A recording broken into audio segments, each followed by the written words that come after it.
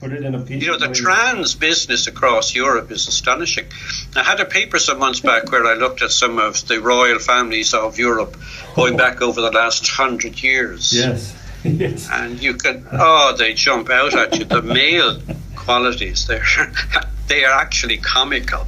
I mean, isn't that, but it's amazing, isn't it? I mean, the royal families of Europe are full of, trannies, basically. Trans people, transsexual. I mean, that's kind of mind-blowing, right? Really? It is. Now, you could imagine that would have been feasible in the old days, before the use of photographs and video and all of that, where the people wouldn't get to see them very often. And when they did, they wouldn't get much chance to study them. Yeah. And when the camera became available and video and film footage became available, we had a brief window where we could see them in the raw, if you like. But in the last 20, 30, 40 years, they appear to have greatly improved the quality, so that they're much more convincing transgenders now. Yeah. And of course, they carry out more surgery on them now. I would recommend, if you're interested, to go out and check some of the junior members of the British royal family. Oh, yeah. The ones who are around 5, 6, 7, 8. They are just like little boys, Yeah. But by the time they're 13, 14, 15, between the chemicals and the hormones, the surgery and so on, they will be more convincing females than they are at the moment. Yeah, it's just such a strange thing to do, for just normal people like us. We just think, why would anybody want to change their gender or pull out, try to do this deception?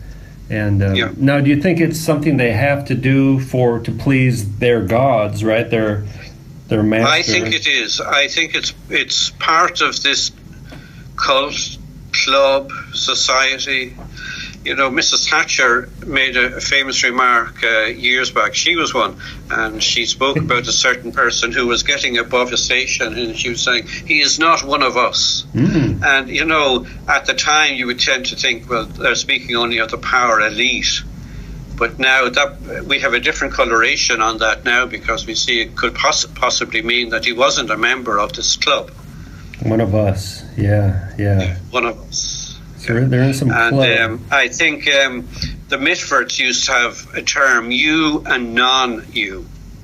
The you being us, and of course the non-you being the rabble. And if you're one of us, then of course there must be some physical evidence that you have joined this club. Now, I don't think all of the males have to do it, or even all of the females, but it is quite obvious, the more I study this, these people hate natural women.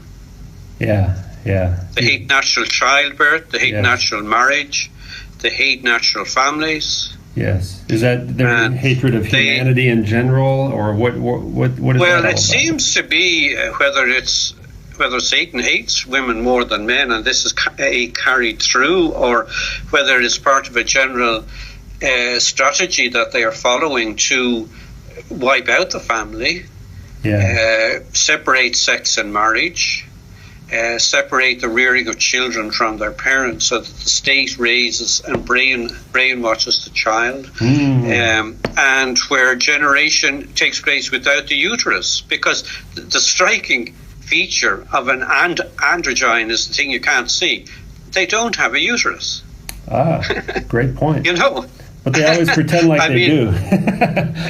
Pardon? The fake pregnant bellies. They have fake pregnant bellies. Yeah, the fake pregnancy. But this is what they all have in common. The men who are men don't have a uterus, and the women who are actually men don't. Yes. So you see, Satan hates this, because that's the means by which the Lord brought Christ into the world and caused the defeat of Satan. And also Satan in the garden, I mean, he went for the woman because he knew that was the weaker of the two, and he could deceive her. And Paul actually says that Satan didn't deceive Adam. Okay. Adam rebelled. You see, Adam had this amazingly beautiful partner, the most beautiful woman who ever lived. Yeah. Satan Satan Adam didn't really believe the lies that Satan told. But he went along with it because he was losing his woman. You know? Yeah. And this seems to be all part of it. Satan is attacking women. The attack on women today is staggering. Yeah. And you see how they're suffering by trying to lose weight, anorexia and bulimia and all kinds of neurotic practices and exercising to death simply to look like one of these strange transgender gargoyles. I mean...